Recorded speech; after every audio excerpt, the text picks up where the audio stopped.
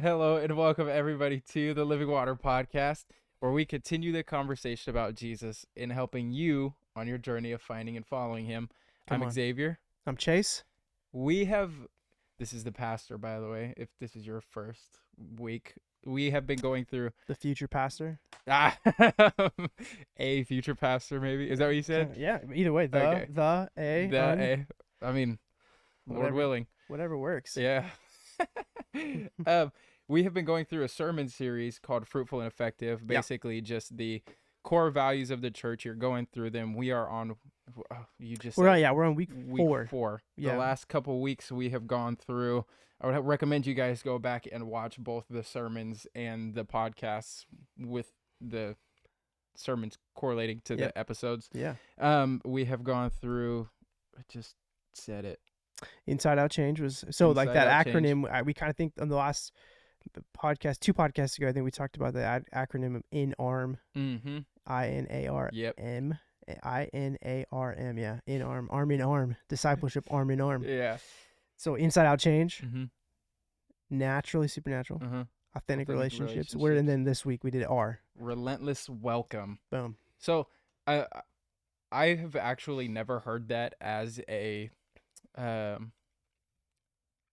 main focus. I mean, I have heard the importance of like a strong welcome, and that's why you have like the connect team and the people greeting and stuff like that to make a strong welcome. But why is that one of the core values of Living Water? Yeah, it's so much bigger than just the welcome of a Sunday service kind of experience, or like a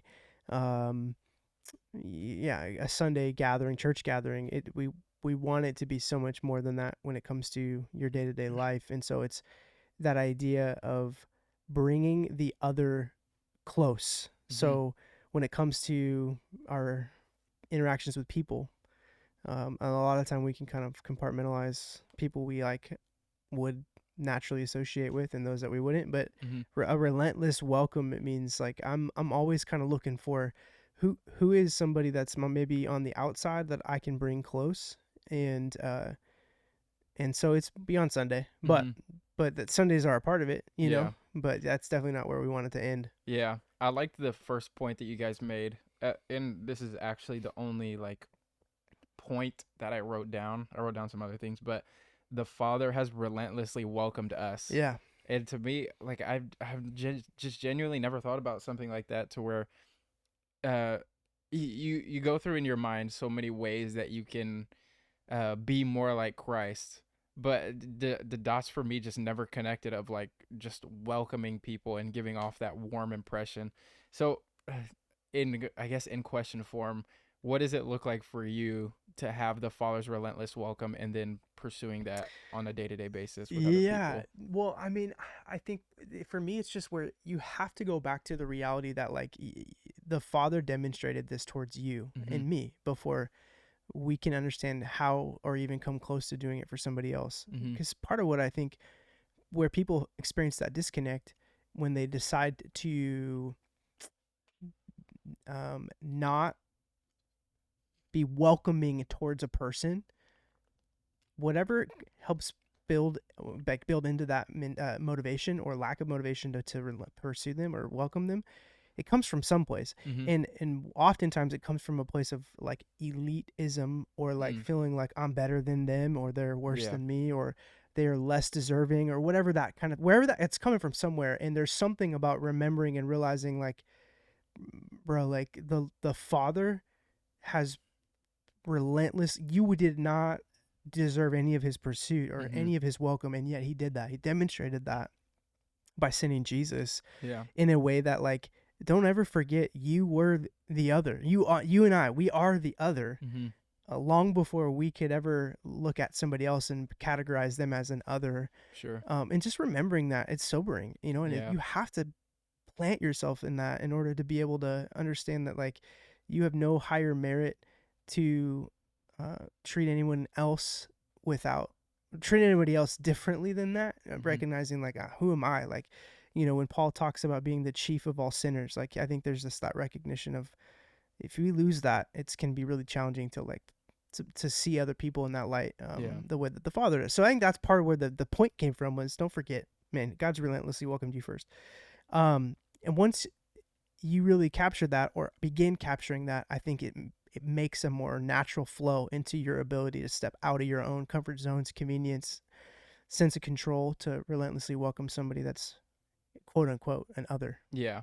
I think about it in like I working at Buffalo Wild Wings as a server, you do everything you can to make this strong impression on people. Yeah. Obviously so that you can get tipped more, but ultimately also for the company as just to like get people back and stuff like Pause that. for that on a second, because I've literally thought to myself, that idea, that question, and like it's, you just said it pretty flippantly, like, you know, like everybody understands it, but I think it's a Oh, okay. do you often servers, because I have not, I mean, Chick-fil-A, we weren't allowed to receive tips. Mhm. You know, I got a lot of them, Mhm. but Yeah.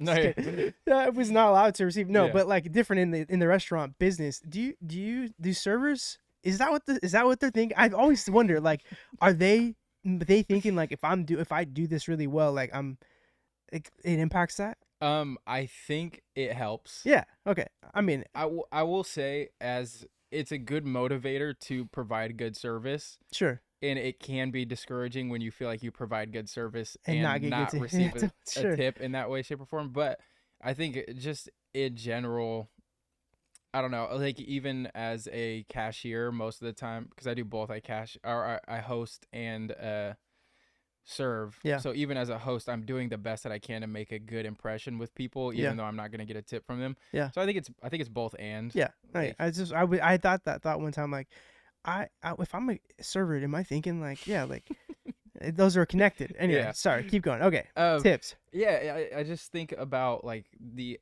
effort to make a strong welcome to people, and it, more than just a welcome, but the whole service, the whole package. But you really want to kind of captivate them early Yeah. and then keep their attention going. And I question to myself, especially during this sermon and this type of message, am I doing that outside of work where it actually matters? Yeah. Like it matters when I'm at work because like it's people that I'm interacting with, but ultimately, unless they're a regular, which even if they're a regular, I'm not like all super, like if I have somebody consistently, I'm more of who I am, not like Yeah. super bubbly and all that kind of stuff. Sure. But am I like that with just the people around me? Do the people around me feel welcomed, and am I making those same type of impressions, not necessarily the same way, but the same type? Like, Yeah. do I make people feel good Yeah. when I'm around them? And I feel like those are all the questions that were brought up during this message. And I think, by the way, if you haven't watched it yet, it was you and Holly preaching, Yeah. which was super my cool. bride. Hey, I forgot to mention that at the beginning, but That's all good. you guys She's both not did here. She's not here on the podcast, so you know what? Forget soon that. to come though. Yeah, let's go. Come on. But I just have there's okay, I'll keep it somewhat contained. You guys went over 3 markers of relentless welcome, and the first one being welcome without waiting. Yeah. What does that mean? Yeah. Welcome without waiting. I think a lot of the time people, when it comes to the other, and again, that's part of what we're identifying, relentless welcome is that pursuit of the other and bringing them close. Mm-hmm. I think often in our life, when it comes to people who are in that category, we're waiting for something to happen, whether it's, By the way, when you say other, what does that mean? Yeah. I think and we have literally in that little definition that we threw up on the screen to kind of describe that rhythm of relentless welcome, there's like a quotation around the word other, because I kind of want it to be whatever it needs to be framed in people's minds. Everyone has some form of an other in their mind. You know, that other can be have the boundaries of a different ethnicity, a different kind of economic status, a political discrepancy. Like, I just think people naturally put their other, in whether it's subconscious or conscious, it's there. And so I didn't want to try to describe the box of other, Sure, because I think people will do that naturally. But it is, if that it's somebody not like you. Yeah. that's more challenging, maybe um, more challenging to love and treat like Jesus would. So waiting, not waiting until they are perfectly the way you want them to be before you welcome them. Yeah. A relentless welcome is somebody who says, I'm not going to wait until you've got your life all together, or you're all cleaned up, or you believe like I believe, or you talk like I talk, in order to demonstrate God's welcome towards you. Um, and that's part of it. I think sometimes we're waiting for other people to want our welcome or invite our welcome Yeah. before we do it. And Yeah. I don't think that that's the way we see it, Yeah. throughout the scriptures, especially the way Jesus' life modeled it. He often would demonstrate the Father's welcome and pursuit of people, um, even if it wasn't like they understood what it meant to even ask for it or not. Yeah. So that's part of it. Yeah. And you guys mentioned 3 markers of relentless welcome and also 3 barriers of relentless welcome. I don't know why. I just feel like jumping back and forth Do it. between them, Yeah. so I'm going to. The first barrier to relentless welcome you guys mentioned was fear. And so, what do you think are some fears that can come with welcoming people? Because it seems almost like super easy to just be like, oh yeah, I can be warm and welcoming. I wouldn't necessarily associate that with fear. So where do you think that comes from? I mean, I think the unknown for us a Mm-hmm. lot of times is part of where it comes from. Like, how are people going to react?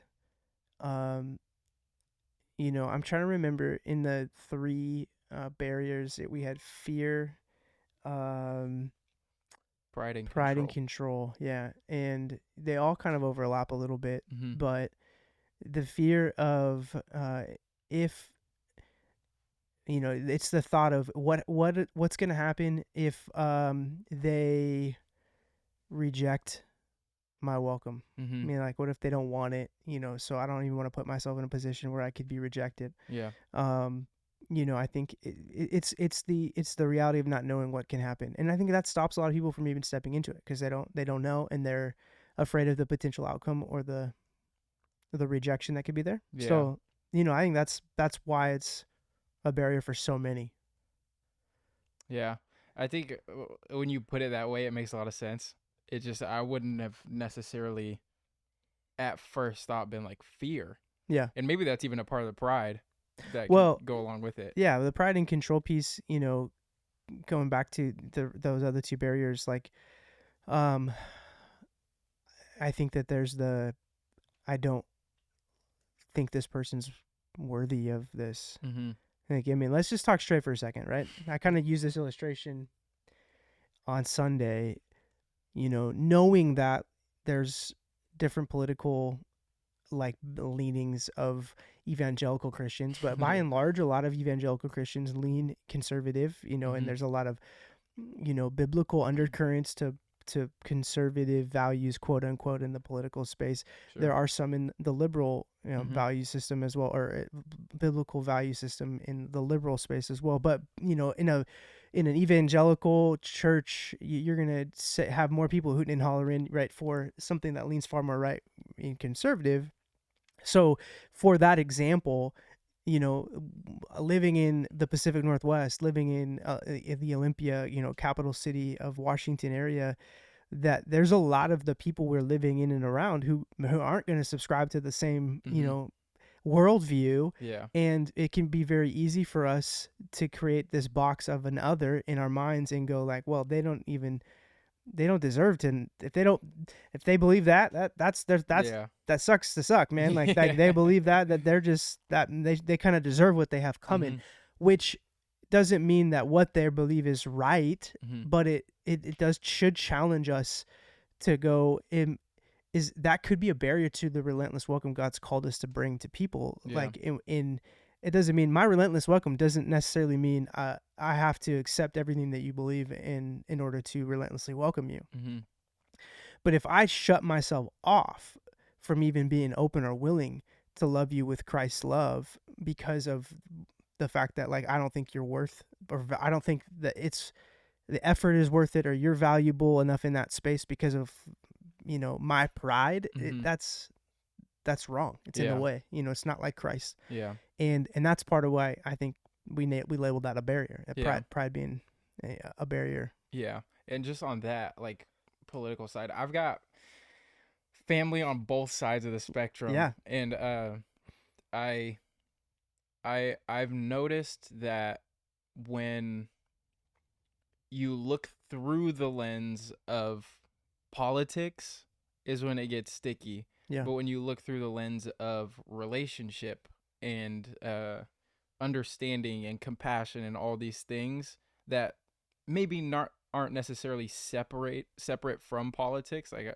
I think there's a balance in them. Yeah. But when you kind of can set that aside and not make that your identity, it makes it a lot more effective to have conversations about that, because there's a mutual understanding of, I'm not attacking you, Yeah. and I actually like you as a person, Yeah. regardless of what I think that you might think, Right. which is oftentimes so dumb, because we just like assume what people think because Yeah. they say, oh, I'm this or I'm this, so it's Yeah. like, oh, automatically you're actually bad. Yeah. Right. And you like, you don't know. No. And so I've noticed a lot, just so much more effective conversations, even in the political realm, Yeah. being or coming through the lens of healthy relationships, and I guess Y- making that warm welcome Yeah. a forefront. And I just think I watch Christians, and I've done this, and so it's something that I've become aware of in my own life. But I Mm-hmm. watch Christians do this often, where we decide what kind of box of quote unquote lost person Mm. is our kind of lost person. Yeah, I think I know what you mean. You know what I mean? But Like, expand, well, please. like this idea of like, um, okay, God, you came to seek and save the lost, so I'll be relentlessly welcoming to a former drug addict Mm-hmm. who, like, has struggled with addiction and has been back and forth and something, but like, you know, but like I'm not that, like, to somebody who's um struggling in a different kind of way with a sin that I don't like Mm-hmm. as much as someone overcoming addiction. Yeah. I'm not gonna. That's different. That's not my kind of loss. Like Yeah. I'm talking about like this is the kind of person, but for whatever reason, we just kind of like lock in on like, all right, this is lost for me, Mm-hmm. in like my box of other Mm-hmm. is gonna fit like this, but like the you know Trump hating person that's gonna be fighting for some like anti-biblical worldview, Yeah. we just immediately go like, well, no, but that's definitely lost, but also like lost in a box I don't want to even, and I don't Yeah. like, and those are crazy far extreme examples, but they're real. Well, I don't think they are, and I the would say they're. reason I was thinking, I was literally thinking about this today, and like, you know what happened in Seattle with the worship? I heard about that. Yeah, yeah, So yeah, basically, there was a worship day in Seattle. People were gathered, and then a bunch of I don't know what it's called, Antifa yeah, people yeah. showed up Antifa and started protesters. like harassing people and stuff like that. And it was an outrage, rightfully so, because that's not cool, and Yeah, like that's just not. It's not cool to do to anybody, regardless of sure. uh, political, economical, whatever standing. Yeah, But I was baffled by the amount of Christians that were like, "This is so absurd. Da-da-da, those people are da-da-da, this and this and this," and I'm like, "Oh, we were warned about this. yeah, Like, we should have expected that. Like, if you're gonna," I saw this, I saw this TikTok, and it said top, not to. Okay, I'm gonna. you're good. I'm walking on dangerous waters, You're good. but here's You're walking on dangerous waters. I I'm like. about to. Let's go. There's not to say that this group of people automatically fits in this type of Yeah, sure. framework, but I saw this TikTok, and it was top 5 gayest cities in the U.S., and Seattle was like number 5 or something like Yeah, that. And the reason I say that is because if you're going to go out into a community that is, and again, not to say that all of them are like this, sure. but the idea is you are already the bad guy. Like, that's just the part Right. of the that's part of a lot of the framework of mind that some of them operate in, if you're already in that, like going into their space with something that they feel attacked by, Yeah. they're going to respond in a way that you may like or you may not like. Yeah, for sure. And so the outrage, I understand it, but also I think we should have essentially been prepared for that, and Yeah. like Well, an I mean, understanding of that's what going to happen. what I hear you saying, kind of what I can see you getting at is like the outrage to the outrage Yeah. is part of maybe where the disconnect is. Like, what Yeah. are we surprised by, Exactly. or you know, for lost and broken and worldly people acting like lost and broken and worldly people. I think that's Hmm. I yes, I And think all that to say, they probably wouldn't be like that if we were actually relentlessly welcoming. yeah, Like, what if the person on the stage, and this isn't, I'm not faulting anybody sure, for this, but what would have happened if before the whatever started going down, if it was made a point to welcome them? yeah, Like, would things have been different? I don't know. Maybe yeah. not. They still might have just hated it, Well, but yeah, and I think there's some merit to that. I think to some degree, like the somebody's definition, and this is where like in this podcast, maybe this is another podcast down the road, but because it need more to unpack, but worth saying, um, God's relentless welcome hmm, does not mean there are no boundaries around that welcome. Like, yeah, right? Like somebody could, um, God's relentless welcome isn't like a free for all sure. in the sense that uh, anything goes Hmm. and it's just you be as you are, and all Yeah. those different things that are there. Now, like I think that's something to acknowledge. People sometimes their definition of what relentless welcome is could be different Sure. than what lines up biblical, like Hmm. as a biblical definition of, or a biblical um, support to what we're trying to describe it as. Hmm. And in our definition of it, to try to help people explain relentless welcome, it's identifying the other and bringing them close, Hmm.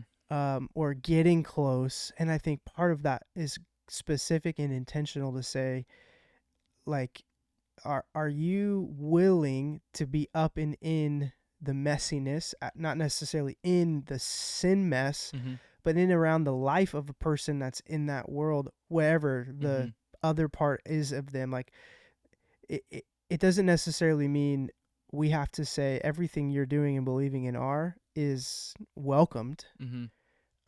in order for they might not feel welcomed with God's relentless welcome. Hmm. And I don't necessarily think that's not the goal. The Yeah. goal is not to help everybody feel to their own definition or description of welcome. Yeah. But it's being careful not to let our heart grow hardened Hmm.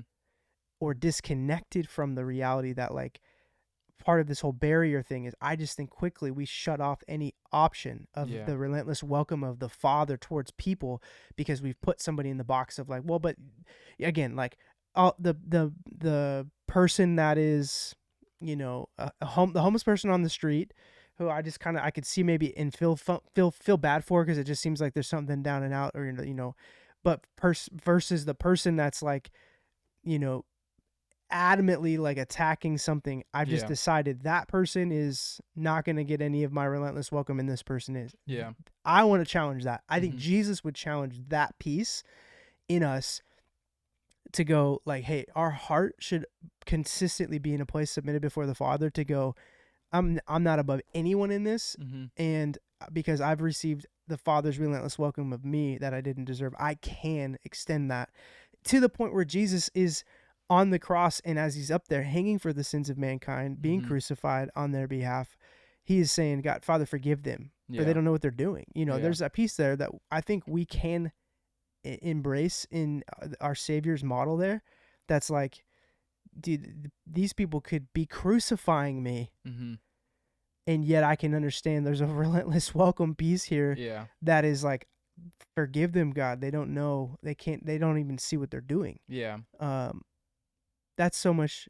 That's so challenging. Yeah. And I think I this is why Jesus is so cool, Yeah. because not only did he do it like on the cross in the time of extreme, but he also just did it in his day-to-day life. Like Right. he was kicking it with the sinners and tax collectors, and like you said, not sinning. Like Yeah. he wasn't in the mess with them, but he was in the mess with them. Yep. And I think there's obviously so much to learn because he's God, Yeah. but he demonstrated it in flesh. So that gives me some level of confidence that I can do something similar in some capacity, even if it means failing in some way, shape, or form. I think he's going to be honored more at the heart of, okay, this guy's trying. Yeah. Totally. It Totally. might not.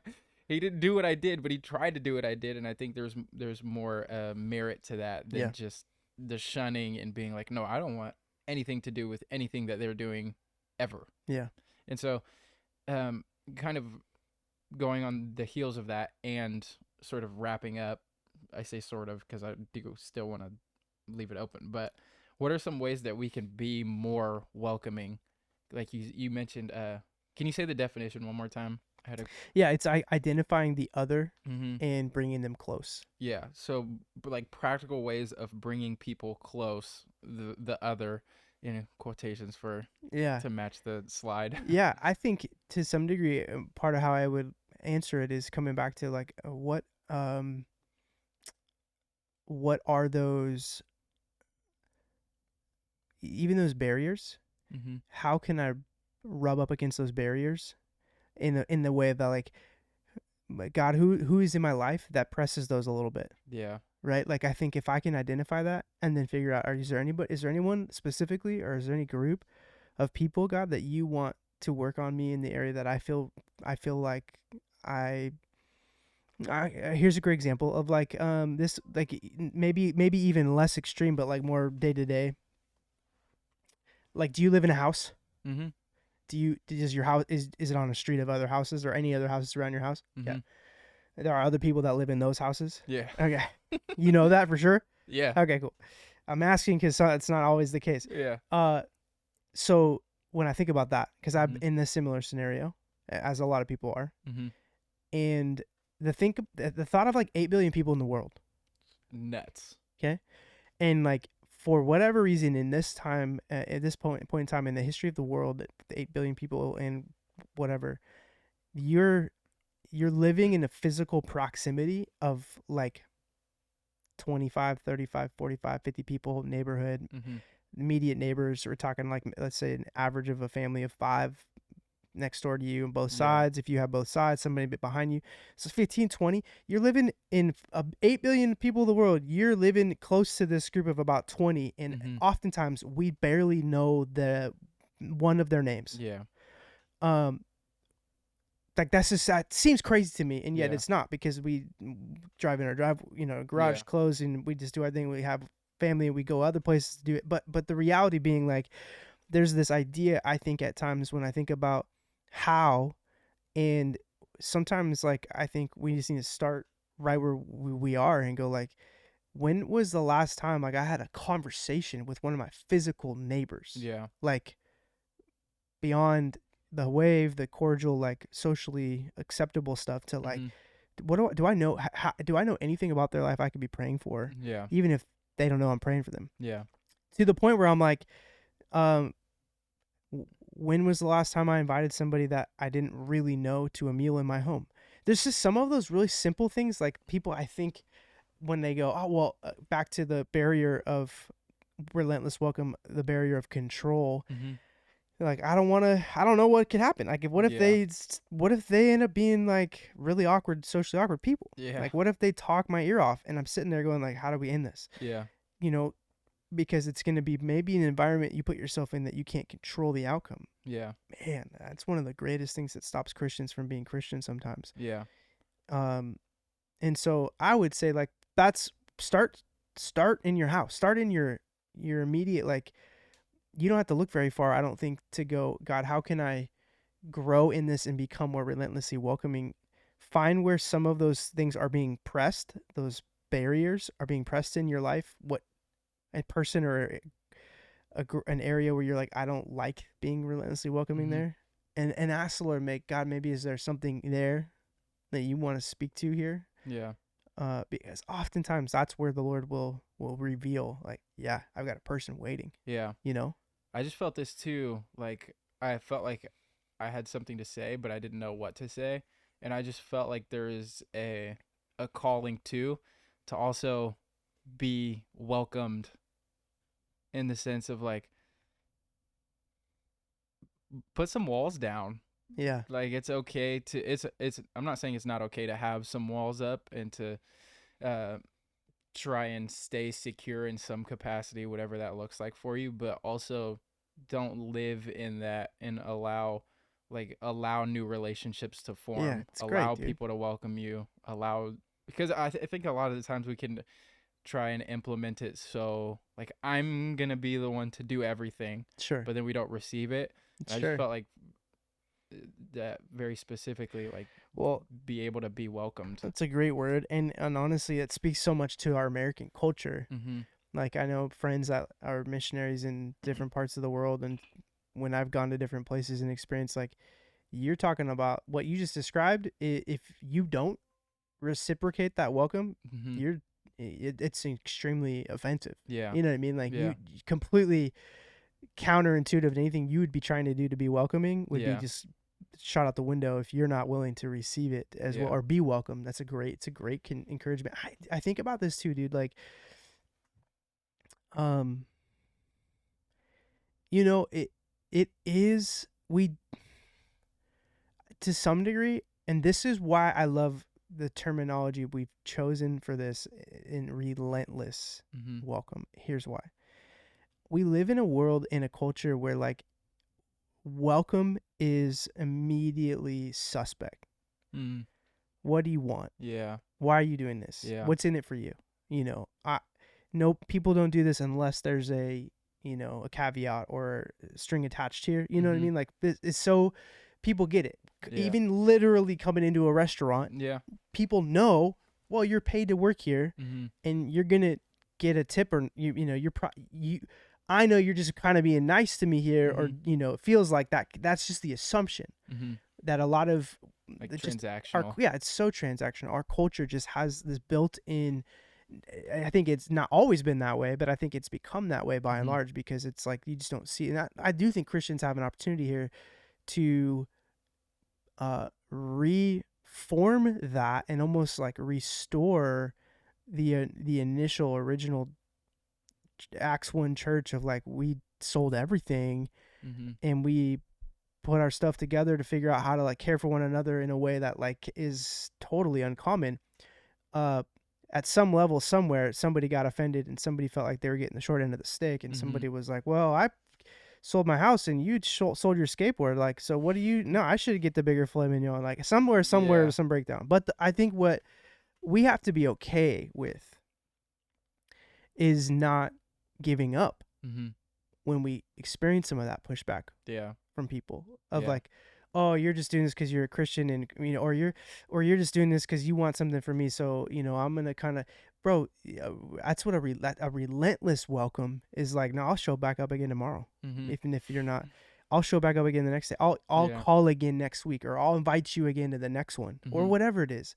And that's where I think we have a unique opportunity as the church to step into a different degree of, like, walking in a relentless welcome, finding those places and moments where they're almost expecting you to be a one and done kind of invite guy, Yeah. but then you're like, nah, next time Yeah. you're getting the invite too. Or that's where I think you can start to see a real difference in the culture that they're not seeing out there, because everything is transactional, and as soon as it's not beneficial to you, Mm-hmm. you're out, is Yeah. typically what people experience. Mm-hmm. I just wonder what it looks like across the landscape if Christians in their neighborhoods, in their workplaces, et cetera, et cetera, et cetera, truly had that rhythm and relentless welcome in play. And it was like, even if you do nothing in return, I'm going to be back the next time, Yeah. because I think that really reflects the Father's heart. And I think it really makes a dent, Yeah. in the culture. Yeah. I think of like I can never like emphasize enough how seemingly perfect the parable of like or the imagery of sowing seeds and watering and Yeah. all that kind of stuff. Like Yeah. it's just so perfect. Like Yeah. you're not gonna grow a apple tree by one drop of water. Right. Like it takes a lot, Right. and if we're not willing to continuously water, and like we have a role in it.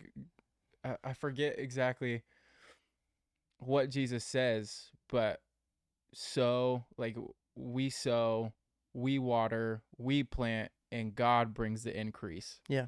So it's still on us. Like we Yeah. still have a part to play in that. Oh yeah. So I'm super challenged by that Yeah. because I automatically just think of times in my life where I've missed it or given up Yeah. and stopped sowing and stopped watering. Yeah. And I think that's a great place for people to ask right now, like in their own life, and ask the Lord to even bring to mind who have you given up on? Yeah. That maybe the Lord is like, I never told you to give up on them, but you just got you grew tired in doing good there in that relationship, and just felt like your seed was landing on hard ground enough that you stopped even throwing seed anywhere, or, planting because you just was like, that's just. I just think the Lord's going to speak to some people and be like, hey, you remember that neighbor down the street that like 4 years ago, you invited to something and they said no? Mm-hmm.